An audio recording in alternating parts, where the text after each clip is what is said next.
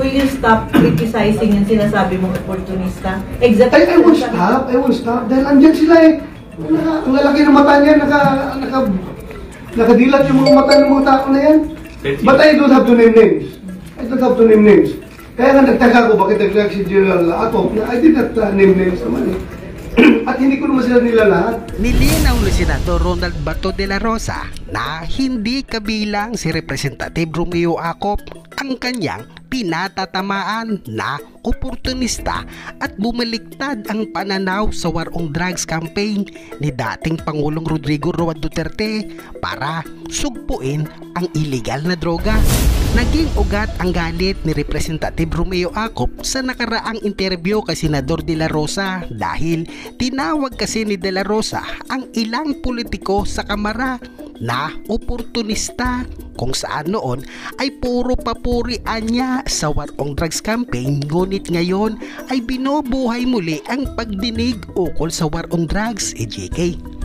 Ayon kay Antipolo City Representative Romeo Acop, kung sino man ang tunay na oportunista, ito raw ay si Senador de la Rosa na ginamit ang kanyang ugnayan kay dating Pangulong Duterte para umangat mula hepe ng PNP patungong senador na pinamumunuan ang war on drugs. Paglilinaw ni de la Rosa, hindi si Representative Romeo Acop ang kanyang pinatatamaan dito at hindi niya ito naging sipsip sa Duterte administration. Narito ang naging pahayag ni Senador de la Rosa.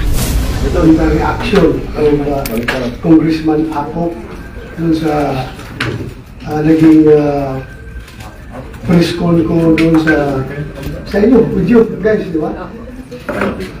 Klaruhin ko, General Acop, sir, hindi po ikaw ang tinatamaan ko noon. You have never sip-sip to the Duterte administration. I never heard you sang praises for the war on drugs that we waged during the Duterte administration. Kaya ay nagtataka lang po ako bakit ka nagre-react.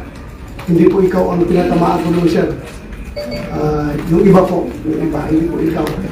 Kaya po, I'm very sorry kung you reacted that way. Hindi po ikaw ang tinatamaan ko. I have high respect to General Acop, to Congressman Acop. Isa yan sa mga PNAR na naging politiko na hinahangaan ko. Dalawa yan sila ni Senator Lacson, aking iniidolo ng mga PNAR turned legislator. Kaya po, sorry kung nahagip ka doon sa sinabi ko. I did not intend to mean it na ikaw yun. Meron lang ibang kasamahan mo dyan na, let's face it, totoo naman talaga, na kung sing ng praises towards Duterte and war on drugs before, ay ngayon kung makatira sa war on drugs, wagas. Yun lang po, I'm just being frank. Pero hindi po ikaw yun, sir. I never heard you sang praises towards the war on drugs. I never observed you to be sip-sip during the Duterte administration. Wala pa ako nakita sa dahil magaling ka. Yung ginagawa mo, alam mo yung ginagawa mo. Pero sorry lang po, tataka lang ako bakit ikaw ay nag-react. Hindi po ikaw kasama doon sa aking pinapatamaan. Kung gusto mo malaman kung sino yung pinatamaan ko, sir, alam mo naman siguro, nakikita mo yan, nasa kasamahan mo lang dyan.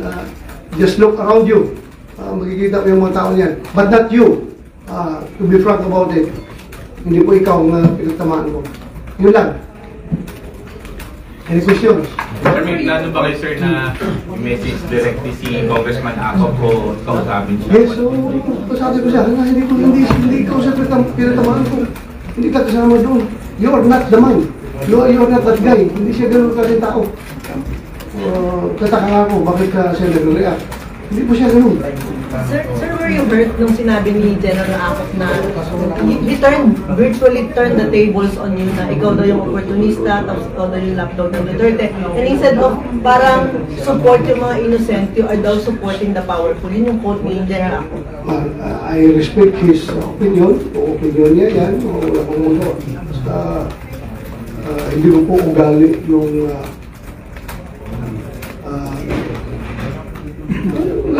hindi ko po ugali na manita o manira o mambastos ng mga upper class ko na premier.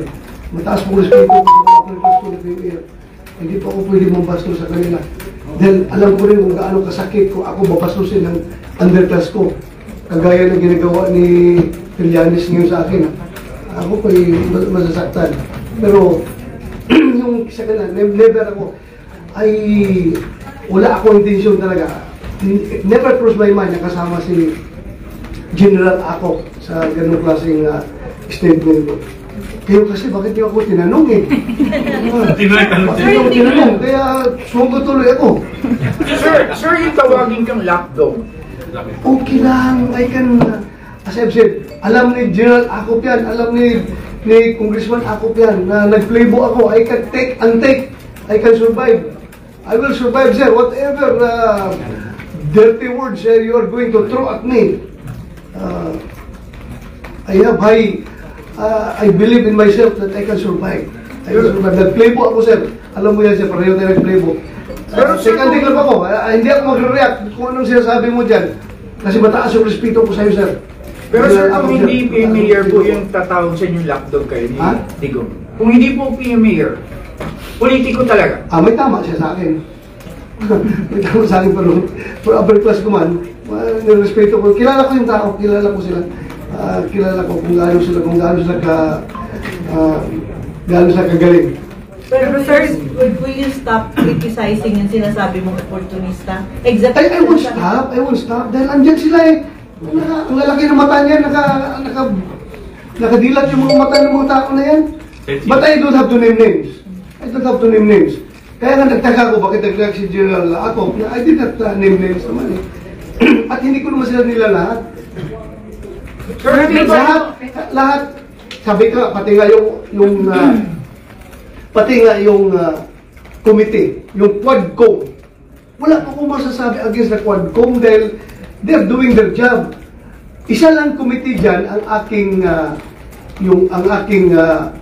hindi nagugustuhan. For all the rest, hindi naman niya pabalik-balik. Kagaya yung nag-istigan ng Pugo. Bagong issue yan eh. Walang problema yan. Ang hindi ko lang I am free to express myself, di ba?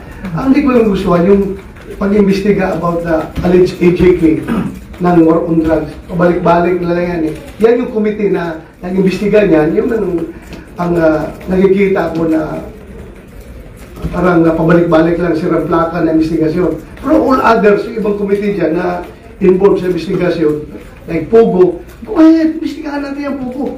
Pero kung yan ay nagkakasama sa ating bansa, dapat mahinto yan. Investigahan natin yan. Pero hindi ko nila lahat yung buong Quadcom. Yung isang committee lang doon na pabalik-balik investigasyon sa AJK, yun lang sa akin. Pero others, respeto ko yung trabaho nila.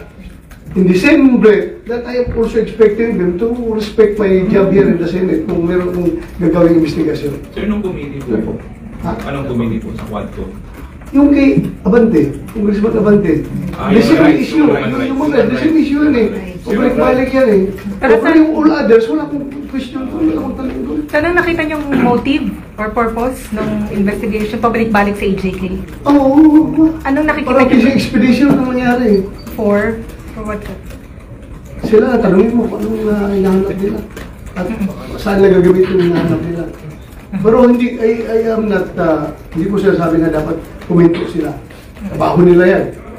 At siguro naman, I am free to express my opinion rin naman, di ba?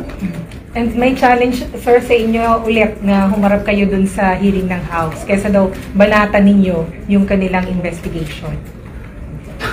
As I have said, ilang beses ko na inulit-ulit yung aking rason. Magkita kami kasi sa akin, magkita. Wala man akong kinatakutan sa kanilang magtanong sa akin. Yun lang. Yun lang, I don't want to become the president in breaking the tradition of interparliamentary courtesies. Yun lang eh. Kasi pag sinimulan ko ito, yun na. Magiging president na, so lahat ng senador, 24 lang kami dito. Every time may pangalan ng senador na mababanggit in the House of Representatives Committee hearings, obligado mag-attend doon. So, ano yung legislative function namin dito? Wala na mangyayari. Mabuti sila, 300 plus sila, marami pa sila magtatrabaho doon. Kung ipapatawag dito sa Senado. The same reasoning na ginawa ng US Congress. Ganun ang reasoning nila. Mas kukunti ang senador kaysa congressman. Kaya yun ang rason na sinasabi nila.